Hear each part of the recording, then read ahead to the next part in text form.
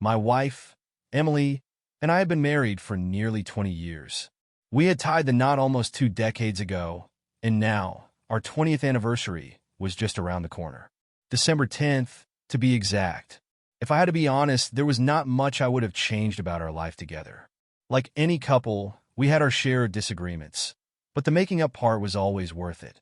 That was just who we were, flawed but perfect in our own way. The only real rough patch in our marriage happened in our second year together. We were young when we got married. Emily was just 18, and I was 20. We had been childhood sweethearts, growing up just a few houses apart. My older brother, James, had married her sister, Sarah, a year before us, so our marriage had felt like the natural next step. Trouble started when James and Sarah had their first child within a year of getting married, while Emily and I struggled to conceive. The doctors assured us we were overthinking things, that these things took time. But Emily's mother, who had been eagerly waiting for grandkids, was not the most patient woman. Emily's family was traditional, and since she had 3 sisters, Sarah, Jessica, and Laura, her mother had always hoped for a grandson. A wish, it seemed, she had not been able to fulfill herself. When Sarah and James had a baby girl, the pressure on us only grew stronger. After a round of tests, the results were inconclusive. Emily was in perfect health, but my sperm count was slightly lower than average. The doctors reassured me that it was not a major issue, just something that required patience. Your first child will arrive when they are ready, they told us. We tried to be patient, but the weight of it all was heavy on our marriage. Thankfully, we did not have to wait too long. In our 3rd year together, Emily gave birth to our daughter, Lily. She was perfect. Despite her family's hopes for a boy, Lily's arrival put our fears about infertility to rest. Things settled after that, and the peace between Emily and me returned. That peace must have helped because soon enough, Emily was pregnant again. This time, we had a son, Matthew. Emily's mother was over the moon. Do not get me wrong, the girls in our family were loved just as much, but having the first grandson carried a certain weight in her eyes. I could not resist rubbing it in a little to James, teasing him about how I was the first to have a son. He just grinned and said, "Give me some time." Sure enough, the next year, James and Sarah had their first boy. Not long after that, Emily and I welcomed our second son, Daniel. It felt like we had waited forever for children, and then, all of a sudden, they arrived back to back, like waiting too long for a bus, only for 3 to show up at once. With every new addition, our extended family grew even closer. Even as Emily's other sisters got married, they stayed connected to our little tribe. It was great for the kids.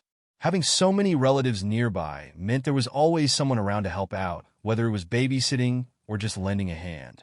As far as I could tell, all the couples were as happy as Emily and I were, enjoying the ups and downs of married life surrounded by family. Of course, there were hardships. I remember the time James had a bad accident at work. I sat by his side for hours, even donated blood for his treatment. After that, we often joked about being real blood brothers. As our 20th anniversary approached, Emily and I decided to celebrate in style. Inspired by James and Sarah's anniversary the year before, we booked a private room at a nice hotel and planned a big party with friends and family. By that time, Lily was 17, beautiful like her mother, with thick chestnut hair and striking green eyes. She had her fair share of boys coming around, but she had a good head on her shoulders. I trusted her judgment. Matthew, almost 16, reminded me a lot of myself at that age. Strong, athletic, always out playing rugby. He was the halfback on his school's first team, and he lived for the game. Then there was Daniel, the youngest. He was different from his siblings. He was quiet, thoughtful, always with his nose in a book. He was not much into sports, which sometimes made him feel a little out of place in a family like ours. That day, I found myself butting heads with Daniel over something small. He had left a mess on the dining table, and I told him he needed to clean it up before heading out. The argument escalated quicker than I expected. He accused me of always picking on him. When I firmly reminded him that I was his father and he needed to follow the rules, his response stopped me cold. "My father? Are you sure about that?" he shouted, his voice sharp with frustration. But almost immediately, he backed down, muttering an apology before quickly cleaning up his mess and heading out the door. The damage was done. His words lingered in my mind, rattling me to my core. What did he mean by that? Was it just an angry outburst, or was there something more behind it? My thoughts raced. Was Daniel truly different from the other kids, or was I just imagining things? Later that evening, I brought it up to Emily.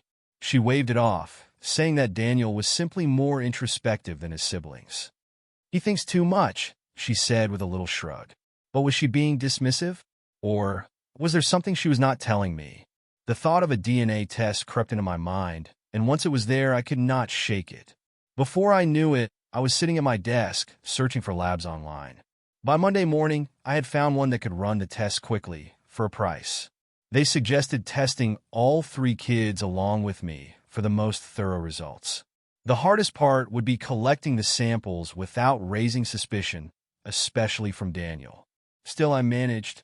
It took some careful maneuvering, but I got what I needed, sent the samples off, and then came the hardest part, waiting. For the next week, Daniel seemed to relax, probably relieved that I had not brought up his outburst again.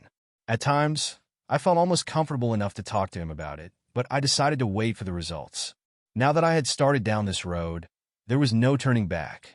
Emily remained the same loving wife she had always been, showing no signs that anything was amiss. Our routine stayed unchanged, at least on the surface. I cannot say those days were filled with the most passionate moments between us, but I did not turn her away either. Still, the doubts gnawed at me. No matter how hard I tried to push them down, they would not go away. Every time I looked at Emily, a thought crept in. Had someone else shared what I thought was ours alone? One evening, we were having dinner with my brother, James, and his wife, Sarah. I almost blurted everything out to him. He and I were so alike in so many ways, and logic told me there was no way he could be Daniel's father.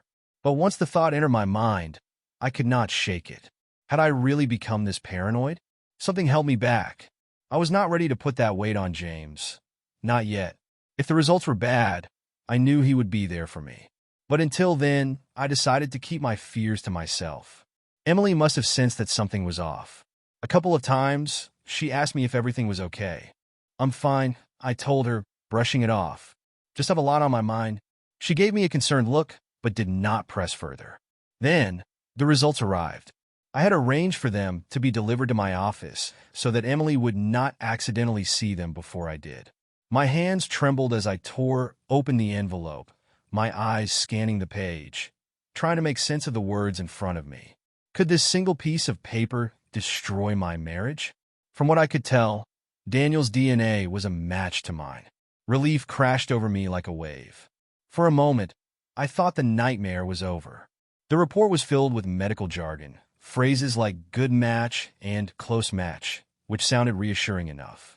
I thank God I had not shared my suspicions with Emily. That night, I decided I would make it up to her. Maybe take her out to dinner, put all of this behind us, and move forward. Then, something caught my eye. There was a note at the bottom of the cover letter. The lab recommended that I call to discuss the results. At first, I thought it was just a way to get me to spend more money, but my curiosity got the better of me. I picked up the phone and dialed the number. "Hello, this is Jacob Carter," I said when someone answered. After verifying my information, they transferred me to Dr. Hoskins, the doctor overseeing the tests. "Have you had a chance to review the results, Mr. Carter?" he asked, his voice polite and professional. "Yes," I replied, feeling more confident than I had in days. "If I understand correctly, my concerns about Daniel were unfounded." "You are correct," he said. But then his tone changed. "However, it is not quite that simple." My stomach clenched. "What do you mean?" I asked, my throat suddenly dry. "Are you saying Daniel is not my son?" "No, not at all," he said quickly. "The likelihood that Daniel is not your biological son is less than 1 in a million. I would bet my career on it. He is absolutely your child." Relief swept over me. "So Daniel is definitely my son?" "Yes," he confirmed. "But—" a chill ran down my spine. "It is the other 2 samples, the ones from your son and daughter." My grip on the phone tightened. "What about them?" I asked, my voice barely above a whisper. The doctor paused, then spoke carefully. "It appears that they are only half-siblings to your youngest son, Mr. Carter." "Half-siblings." The words hit me like a punch to the gut. I swallowed hard. "What does that mean, doctor?" It means, he said carefully, that it is highly unlikely you are their biological father. The phone slipped from my grip. My vision blurred, my head spun, and then nothing. The next thing I knew, I was waking up in my office chair, surrounded by worried co-workers. Someone was saying, "Give him some air," while another voice kept asking if I was okay. I nodded weakly. "Yeah, I'm fine." But I was not. Not even close. They insisted on driving me home, and I did not argue. I was grateful to find the house empty. Emily was at her part-time job, and the kids were at school. My hands were shaking as I picked up the phone and dialed the lab again. When Dr. Hoskins answered, his voice was calm, but filled with sympathy. "I apologize for delivering the results that way," he said. "We usually handle sensitive findings through written reports. It is not easy to give news like this over the phone." "I understand," I muttered, though I was not sure I really did. "Can you go over it again?" "Of course." He confirmed that Daniel was, without a doubt, my biological son. But Linda and Matthew? The likelihood that they were mine was almost zero. Desperation clawed at me. But the results said they were a close match, didn't they? Could there be a mistake? Dr. Hoskins sighed. "If there had only been one sample, we might have requested a retest. But with two of them matching each other as full siblings and neither matching you, the results are nearly conclusive. Unless I had a twin," I muttered bitterly. Then the thought hit me like a freight train. Or a brother. The silence on the other end of the line felt heavy. Dr. Hoskins spoke cautiously. "If you would like, we could test a sample from your brother for confirmation." But I was no longer listening. My world had already shattered. What was I supposed to do now? Divorce Emily? Cut ties with James? Pretend none of this had happened? And what about the kids? A piece of paper did not change the fact that I had loved Linda and Matthew as my own since the day they were born. But Emily and James, the weight of it all crushed me. The next thing I knew, I was waking up in a hospital bed, my arms bandaged, my body weak. Emily was sitting beside me, her face pale, her eyes filled with worry. "Jacob, are you okay?" she asked softly. Her voice was gentle, full of concern. But I could not even look at her. How was I supposed to tell her that everything we had built, 20 years of marriage, a life together, had just crumbled to dust? I had believed that finding out Daniel was mine would bring me peace. Instead, it only highlighted the deeper betrayal. And the worst part? Linda and Matthew had known. They had known for years about their mother's affair. They had carried the weight of that secret, feeling helpless to do anything about it. The thought of Emily putting them in such a terrible position made me sick. And the man at the center of it all, not my brother, but someone else. Tim, Hilly's brother-in-law, the youngest and most attractive of her sister's husbands.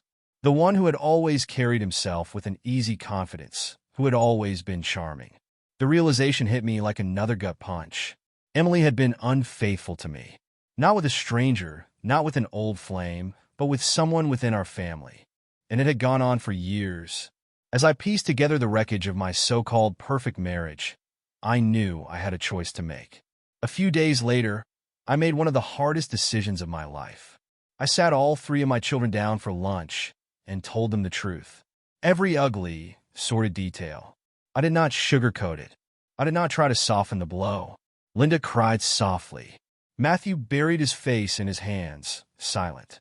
Daniel sat stiff, his jaw clenched in anger. All three of them wanted to confront Emily immediately. But I made them promise to wait. I needed time to figure out my next steps, and I did not want them to do anything rash. Despite their anger, all three of them swore their loyalty to me. They vowed they would never forgive Emily. But I had to remind them, no matter what she had done, she was still their mother. She had raised them, cared for them. Even as I said it, the words tasted bitter in my mouth. When the kids told me their side of the story, it became clear just how long this had been going on. Emily's affair with Tim was not some fleeting mistake. It had happened enough times to leave deep scars. That night, the four of us, Linda, Matthew, Daniel, and I sat together crying. But tears were not enough. I wanted revenge, not out of spite, but to take back control. Whatever I did, though, it had to be careful. I could not hurt my children any more than they had already been hurt. After thinking long and hard, I realized that no grand act of revenge would ever feel like enough.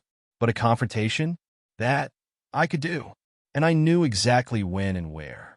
December 10th, our 20th wedding anniversary.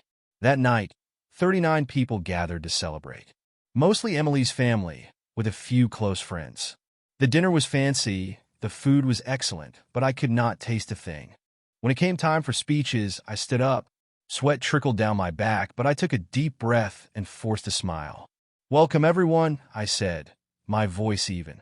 I started with small talk, trying to keep the mood light. But then I shifted gears. "Tonight, we celebrate 20 years of marriage to my dear wife, Emily," I announced. "And I have some very personal things to share about our marriage."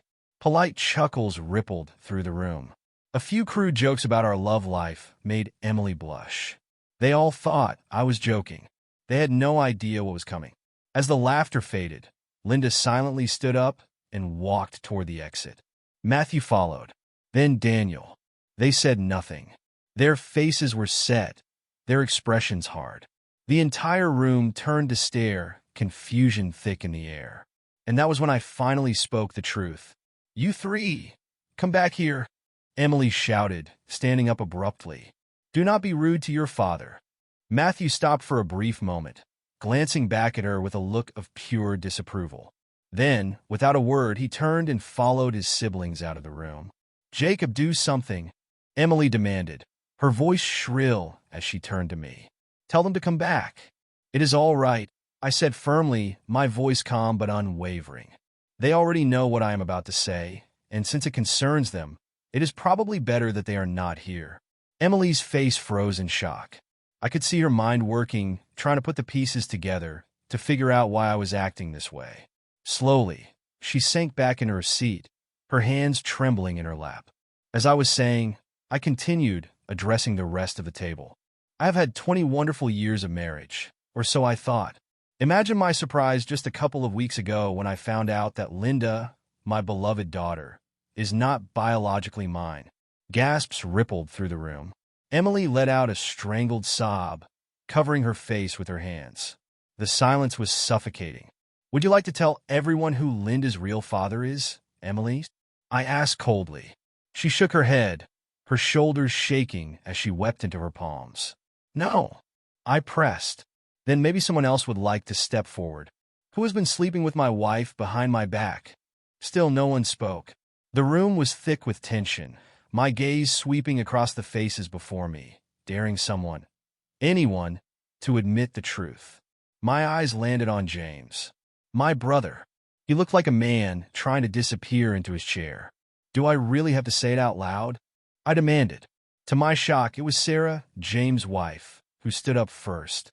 "It is not what you think, Jacob," she cried, her voice trembling. "It was not some sordid affair. It was just a few times to help Emily get pregnant." My knees nearly buckled. She had known. She had known all along. And it was not just an affair. It was planned, calculated, a decision they had made together. My own brother, the father of my children. The room seemed to split in two, friends who were stunned into silence, and family members who refused to meet my eyes. Slowly, the friends began to leave, muttering awkward excuses as they hurried out the door. But the family? They stayed. They knew. I clenched my fists, scanning their faces, my voice raw with betrayal. "So, you all knew," I said bitterly. "Every single one of you knew about this?" A few nodded hesitantly. Others looked away, unable to face me. "And whose idea was it?" I demanded, my voice rising. All eyes shifted toward Jennifer. "My mother-in-law." "Of course." "Thanks, Mom," I spat, my voice dripping with sarcasm. "Your desperate need for a grandson destroyed my marriage." "No, Jacob's," Emily cried, finally finding her voice. "It was not like that. It was just one mistake, I swear. One mistake." I repeated, my voice shaking with rage. "Just one?" "Yes, darling," she sobbed. "It was only that one time. It seems terrible now, but back then—" "So what about Matthew?" I cut her off, staring her down. "Is he mine? Or do we have more surprises?" "Of course he is yours, Jacob," she whimpered, her voice barely above a whisper. "Wrong," I snapped. "I had a DNA test done. His father is the same man who fathered Linda. The atmosphere in the room shifted instantly. Sarah, the woman who had just admitted to allowing her husband to father a child with my wife, gasped in horror. "What are you saying, Jacob?" she asked, her voice laced with disbelief. "You heard me," I said flatly, the weight of my words crushing the room. "If my dear brother is Linda's father, then he is also Matthew's." Silence. The realization settled over everyone like a thick fog, suffocating the air from the room. No one moved. No one spoke. Then, something shifted in Sarah's expression. Rage. She turned on James, her voice shaking. "You bastard," she spat, her words venomous. "You promised me. You swore it was just that one time." James did not even try to defend himself. He just sat there, staring at the table, his face drained of all color. And then Sarah rounded on Emily. "I agreed to let you use my husband for 1 week," she hissed. "And you just kept sleeping with him." With that, she stormed toward Emily and slapped her across the face with all the force she could muster. "You selfish, lying, disgusting woman!" Sarah screamed, her voice breaking as she struck Emily again. And again, it took one of Emily's sisters to pull her away, but the damage was done. And in that moment, watching the chaos unravel before me, I realized this was not just the end of my marriage. This was the end of everything. Julie was shaking with fury, tears streaming down her face. "Happy now, Mom?" I sneered at Jennifer, my mother-in-law, who sat motionless, her face unreadable. But I was not done. I turned my attention to the man sitting across from me, his shoulders hunched, his face pale. "And what about you, Tim?" I asked coldly. "You have been awfully quiet. Care to share your part in all this?" Before he could even react, Julie, one of Emily's sisters, exploded beside me. "You bastard!" she screamed, her voice shaking with rage.